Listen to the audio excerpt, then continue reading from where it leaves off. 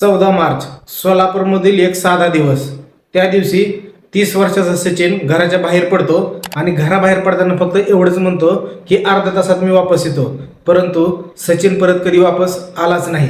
तर चला बघूया नेमकं काय घडलं त्या दिवशी. सचिन माने अचानक गायब झाले. त्यांचा फोन बंद, त्यांचा कोणताही संपर्क नाही किंवा त्यांच्या कोणत्याही मित्राला माहिती सुद्धा नाही. मग कुटुंब त्यांचा शोध घेण्यासाठी शोध सुरू करतात. परंतु 14 दिवस त्यांना कोणतीही बातमी भेटत नाही. इव्हन ते पोलिसांमध्ये तक्रारही करतात, तरी सुद्धा सचिन माने यांचा 14 दिवस कोणता सुगाव लागत नाही.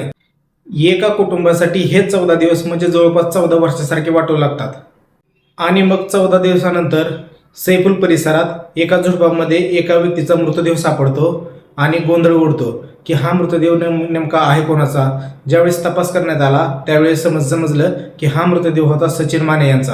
मृतदेह कुजलेल्या अवस्थेमध्ये सापडला. गळ्यामध्ये रबरी पाईप होता आणि शेजारी त्यांचा मोबाईल आणि चप्पल सुद्धा सापडली.